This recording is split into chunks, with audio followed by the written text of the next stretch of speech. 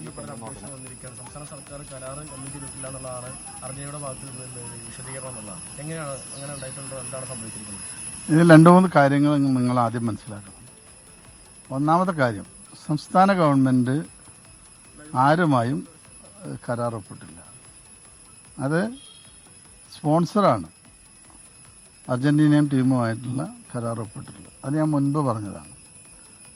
മുൻപ് നമ്മുടെ മാധ്യമങ്ങൾ പറഞ്ഞത് കേരളം അത്തരത്തിലുള്ളൊരു കരാറിൽ ഏർപ്പെട്ടിട്ടില്ല എന്ന് പറഞ്ഞു. പിന്നീട് പറഞ്ഞു പണം അടച്ചിട്ടില്ല എന്ന് പറഞ്ഞു. ഇപ്പോൾ എല്ലാ മാധ്യമങ്ങളും പറയുന്നു കരാർ ലംഘനം ഉണ്ടായി. അതിൻ്റെ അർത്ഥം എന്താ? കരാറിൽ ഏർപ്പെട്ടിട്ടുണ്ടെന്നാണ്. പക്ഷെ കേരളമല്ല, അതും തെറ്റായിട്ടാണ് നിങ്ങൾ പറയുന്നത്.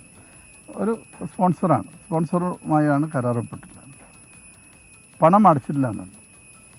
പണം അടച്ചതുമായി ബന്ധപ്പെട്ട വിവരങ്ങൾ ഇപ്പോൾ പുറത്തു വന്നു. പണം അടച്ചു എന്ന് സ്പോൺസറും അടക്കം എല്ലാം ബോധ്യമായി. ഇപ്പോൾ ഏതോ ഒരു വാട്സപ്പ് ചാറ്റുമായിട്ടാണ് വന്നിട്ടുള്ളത്. ഈ ലിയാൻഡ്രോ എന്ന് പറയുന്ന ആൾ അവരുടെ മാർക്കറ്റിംഗ് ഹെഡാണ്. അദ്ദേഹമാണ് ഇത്തരം കാര്യങ്ങൾ അർജന്റീനിയൻ ടീമുമായി ബന്ധപ്പെട്ട കാര്യങ്ങളൊക്കെ തന്നെ നടത്തുന്നത്. അതിൻ്റെ പ്രധാനപ്പെട്ട എക്സിക്യൂട്ടീവാണ് അദ്ദേഹം. ഇതിൻ്റെ മാർക്കറ്റിംഗ് ടീം മാത്രമാണ്. ഇത് ഒപ്പുവെച്ചിട്ടുള്ളത് അർജന്റീനിയൻ ഫുട്ബോൾ ടീമിൻ്റെ അർജന്റീൻ ഫുട്ബോൾ അസോസിയേഷൻ്റെ പ്രസിഡൻ്റാണ്. അവർ തമ്മിലാണ് കരാർ. പിന്നെ കഴിഞ്ഞ ദിവസം സ്പോൺസർ തന്നെ പത്രസമ്മേളനത്തിൽ നിങ്ങളോട് പറഞ്ഞു പണം അടച്ചതിന് ശേഷം ഈ ഒക്ടോബർ നവംബർ ഈ വിൻഡോവിൽ അവർക്ക് വരാൻ കഴിയില്ല എന്ന് അറിയിച്ചു എന്നാണല്ലോ പറഞ്ഞത്. അങ്ങനെ തന്നെയാണ് തോന്നുന്നത് സ്പോൺസർ പറഞ്ഞത്. അത് തന്നെയാണ്. അപ്പോൾ സ്പോൺസർ ചോദിച്ചു എന്താണ് കാര്യങ്ങൾ. അപ്പോൾ പറഞ്ഞ് അതൊരു 2026 എന്നുള്ള കാര്യം വേൾഡ് കപ്പിന് മുമ്പ് തന്നെ പഴയ വേൾഡ് കപ്പ് ടീമിനെ കൊണ്ടുവരാം എന്നാണ് നമ്മൾ പറഞ്ഞിട്ടുള്ളത്.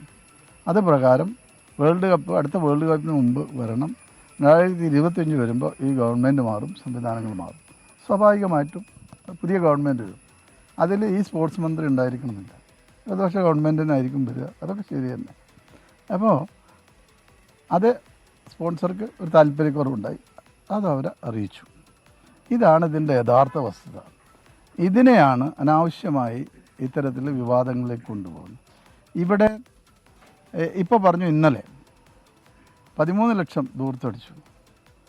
ഈ സ്പെയിനിൽ മാത്രമല്ല പോയത്. നമ്മൾ വിവിധ രാജ്യങ്ങളുമായി കായിക കരാറുകൾ ഒപ്പുവെക്കുന്നുണ്ട്. ഇപ്പോൾ ഓസ്ട്രേലിയയുമായി വെച്ചിട്ടുണ്ട്, ക്യൂബയുമായി വെച്ചിട്ടുണ്ട്. അങ്ങനെ ഓരോ രാജ്യങ്ങളുമായി നമ്മൾ നിരവധി കരാറുകൾ ഇപ്പോൾ നിലവിലുണ്ട്. ഇതിൻ്റെ ഭാഗമായിട്ടാണ് സ്പോർട്സ് പോളിസി നമ്മൾ കൊണ്ടുവന്നത്. ഈ സ്പോർട്സ് പോളിസി തന്നെ പറയുന്നു സ്പോർട്സ് എക്കോണമി നമ്മൾ ഇൻട്രൊഡ്യൂസ് ചെയ്ത്. സ്പോർട്സ് എക്കോണമിയുടെ ഭാഗമായി പുതിയ ടീമുകൾ കളിക്കാൻ വരണം, അതിന് ഇൻകം ജനറേറ്റ് ചെയ്യപ്പെടണം. അതാണ് സ്പോർട്സ് എക്കോണമി. ഇതിൻ്റെ ഭാഗമായിട്ടല്ലേ നമ്മൾ അർജൻറ്റീന കൊണ്ടുവരാൻ തീരുമാനിച്ചു. അപ്പോൾ അതവിടെ നിൽക്കട്ടെ.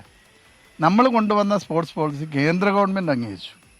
നിങ്ങൾ ആ 2 സ്പോർട്സ് പോളിസി എടുത്തു നോക്ക്, ഇത് രണ്ടും ഒന്ന് തന്നെയാണ്. അപ്പോൾ ഇത്തരം കാര്യങ്ങൾ വേറെ ചെയ്യുന്നു. വിദേശ രാജ്യങ്ങളുമായി കായിക രംഗത്ത് നമ്മൾ ടൈപ്പ് ഉണ്ടാക്കുന്നു. ഇതിൻ്റെ ഭാഗമായി നടത്തിയ ഒരു യാത്രയുടെ കാര്യമാണ്. അത് മന്ത്രി ഒറ്റയ്ക്ക് പോയതല്ല. മന്ത്രിയുടെ കൂടെ ബന്ധപ്പെട്ട സ്പോർട്സ് അതോറിറ്റിയുടെ ആളുകളുണ്ടായിരുന്നു. അപ്പോൾ അവർ പോയി വരുമ്പോൾ അതിൻ്റെ ചിലവുണ്ട്. ഒരു മന്ത്രി മാത്രമാണ് യാത്ര ചെയ്യുന്നത്. ഇന്ത്യയിലെ എല്ലാ സ്റ്റേറ്റിലും ഏതെല്ലാം മന്ത്രിമാർ പോകുന്നു. പ്രധാനമന്ത്രി എത്ര കോടി രൂപയുടെ യാത്രാ ചിലവുണ്ടാക്കി, അതെന്താ പറയാത്ത? അപ്പോൾ ഇതെല്ലാം നിൽക്കുമ്പോൾ ചെറിയ ചെറിയ കാര്യങ്ങൾക്ക് അനാവശ്യമായിട്ടുള്ള വാർത്ത സൃഷ്ടിക്കുന്നത് ശരിയാണോ എന്നുള്ളത് പല ചാനലുകളും ഒന്ന് ആലോചിച്ച് നല്ലതാണ്.